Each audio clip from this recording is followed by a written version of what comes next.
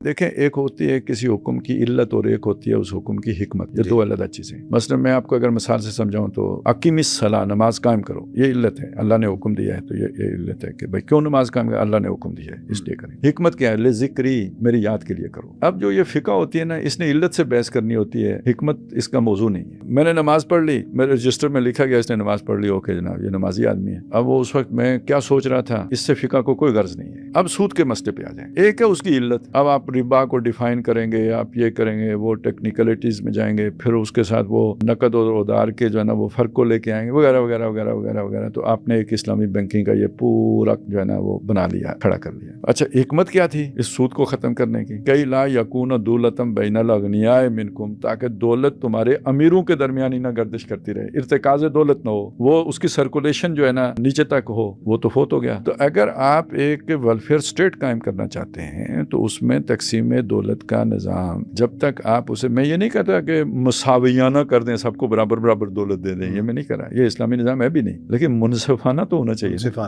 तो ये निज़ाम नहीं बन सकता जब तक आप इर्तिकाज दौलत का निज़ाम को ख़त्म ना करें। तो ये मौजूदा इस्लामी बैंकारी जो है, जो बनाई है हमने, ये इर्तिकाज दौलत को ख़त्म नहीं करेगी। उसके लिए कोई दूसरी बुनियादें हैं जिसके ऊपर इस्लामी बैंकारी हो तो वो चलेगा, इस बुनियादों पर नहीं चलेगा। अब ज़िमनन में ये बात भी, हमारे असल सवाल से तो इसका ताल्लुक नहीं, ज़िमनन कह देता हूँ, हमारी मईशत कभी नहीं संभलेगी, जितनी इन्वेस्टमेंट आ जाए, जो हो जाए, नहीं संभलेगी। हमारा जो रोजाना का खर्चा है ना 36 अरब रुपए है, जितना तनख्वाहें देनी होती हैं, जो ACDCयों की अयाशियाँ हैं सारी, वो जो करप्शन होते हैं, सब जो असला खरीदते हैं, सब मिला के 12 अरब रुपए रोजाना खर्चा है। 24 अरब रोजाना हमें सूद के खाते में पे करना पड़ता है। अब आप बताएं मुझे कैसे आपकी मईशत संभलेगी? उधार अदा करना बहुत बात की बात है, जो सिर्फ उसका सूद अदा करना है वो हम अपनी GDP से नहीं अदा कर सकते, उसके लिए हमें मजीद जो है ना वो, और मैं और आप उसकी कीमत अदा करते हैं, सबको करनी पड़ेगी।